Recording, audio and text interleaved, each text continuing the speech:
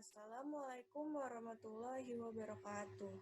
Salam kepada Bapak Benyamin dan teman-teman semua. Perkenalkan, saya Davari Putri Utami dari Home Group 1. Pada kesempatan kali ini, saya akan mempresentasikan tentang hasil diskusi yang telah kami diskusikan sebelumnya, yaitu tentang korupsi dan pandangan dari beberapa pihak.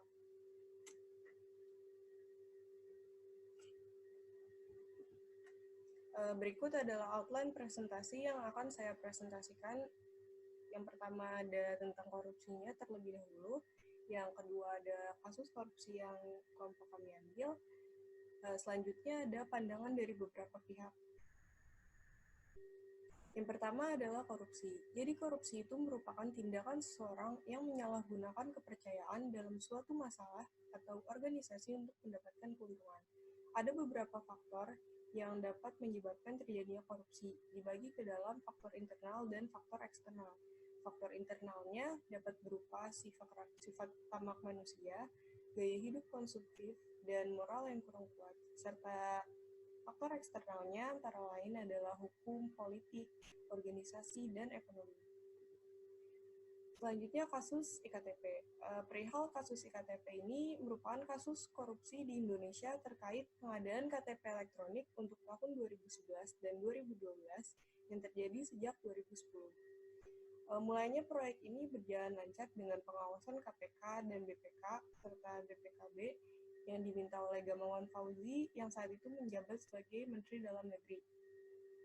Namun kejanggalan demi kejanggalan terjadi sejak proses lelang tender proyek IKTP yang membuat berbagai pihak curiga. Sejak itu, KPK melakukan berbagai penyelidikan demi mengusut kronologi dan siapa saja dalang di balik kasus ini. Para pemangku kebijakan terkait proyek IKTP pun dilibatkan. Ini merupakan kronologi dari pengusutan hukum terkait Setia Novanto yang terlibat dalam kasus KTP ini. Selanjutnya ada pandangan dari beberapa pihak. Yang pertama ada pandangan dari rakyat miskin. Jadi kasus IKTP sendiri ini menyebabkan kerugian negara sebesar 2,3 triliun. Hal ini menambah tingkat kemiskinan, pengangguran, dan juga kesenjangan sosial. Karena dana pemerintah yang harusnya untuk rakyat justru masuk ke kantong para pejabat. Hal ini tentu merugikan masyarakat kelas bawah yang mengandalkan subsidi dari pemerintah untuk menghidupi kehidupan sehari-harinya. Karena uang yang harusnya diberikan kepada mereka justru digunakan oleh orang-orang yang tidak bertanggung jawab. Selanjutnya ada pandangan mahasiswa. Aktivis dan mahasiswa yang tergabung dalam masyarakat sipil anti korupsi menggelar aksi unjuk rasa di lokasi CFD Bundaran HI pada Minggu 2017. Mereka menyatakan kekecewaan atas keputusan peradilan terhadap Ketua DPR RI yaitu Setia Novanto yang terlibat sebagai dalang utama kasus IKTP ini.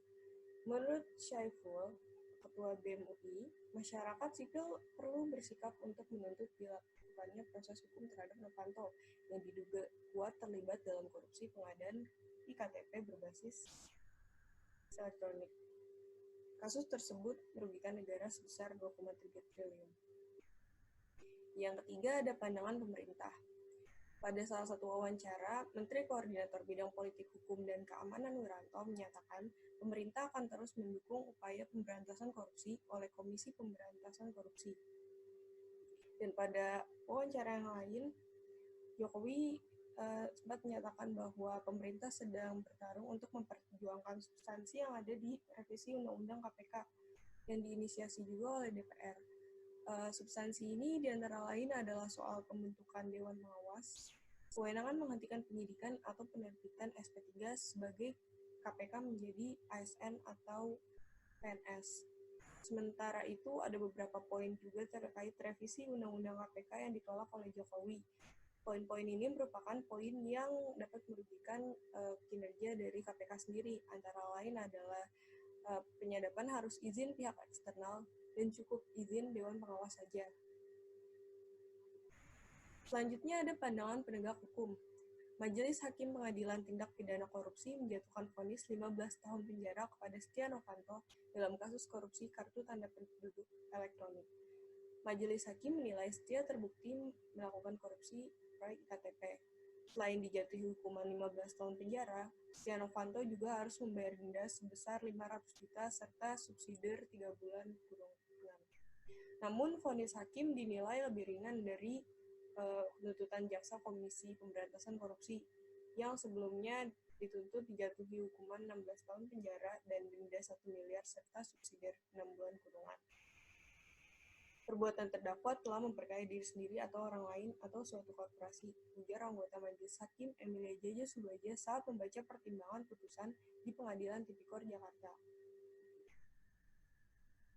Berikut merupakan grafik indeks persepsi korupsi di Indonesia yang dapat dilihat grafiknya naik. Yang ini menunjukkan kondisi korupsi di Indonesia semakin membaik sejak dibentuknya KPK. KPK dinilai efektif dalam memberantas korupsi dikarenakan kondisi korupsi Indonesia semakin membaik. Pada tahun 2002, untuk tahun 2020, IPK Indonesia berada pada angka 40, tetapi IPK memiliki kekurangan karena bersifat subjektif, dan korupsi mustahil untuk diukur secara langsung karena korupsi bersifat tersembunyi. Selanjutnya ada pandangan keluarga koruptor.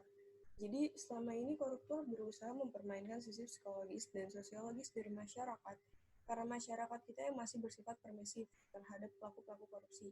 Oleh karena itu, perlu adanya sanksi sosial terhadap koruptor berupa pengucilan di lingkungan masyarakat. Namun ada kalanya bukan hanya koruptor tersebut yang mendapat sanksi sosial tersebut, namun juga keluarga koruptor. Sebagai keluarga koruptor, ada beberapa hal yang diterima, seperti ikut terkena dampak pengucilan dari masyarakat dan mendapat labeling sebagai keluarga penjahat dan lainnya. Hal ini tentu meresahkan karena perbuatan satu orang dalam keluarga dapat menimbulkan pandangan yang negatif terhadap seluruh anggota keluarga, yang kadang dapat berdampak terhadap keadaan mental anggota keluarga terkait. Terakhir ada pandangan dari DPR. Setelah melakukan berbagai penyelidikan sejak 2012, KPK akhirnya menetapkan sejumlah orang sebagai tersangka korupsi.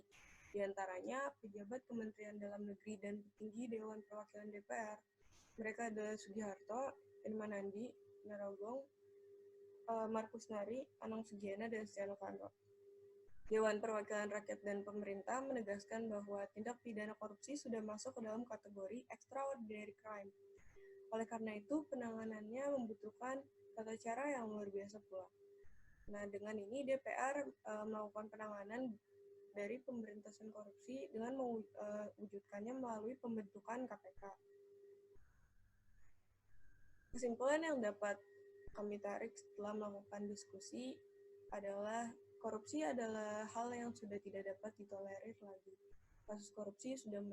Karena kasus korupsi sudah merugikan rakyat maupun negara. Berikut merupakan referensi artikel-artikel yang telah kami gunakan dalam proses diskusi. Sekian presentasi dari kelompok saya, KJ1. Kurang lebihnya mohon dimaafkan. Assalamualaikum warahmatullahi wabarakatuh.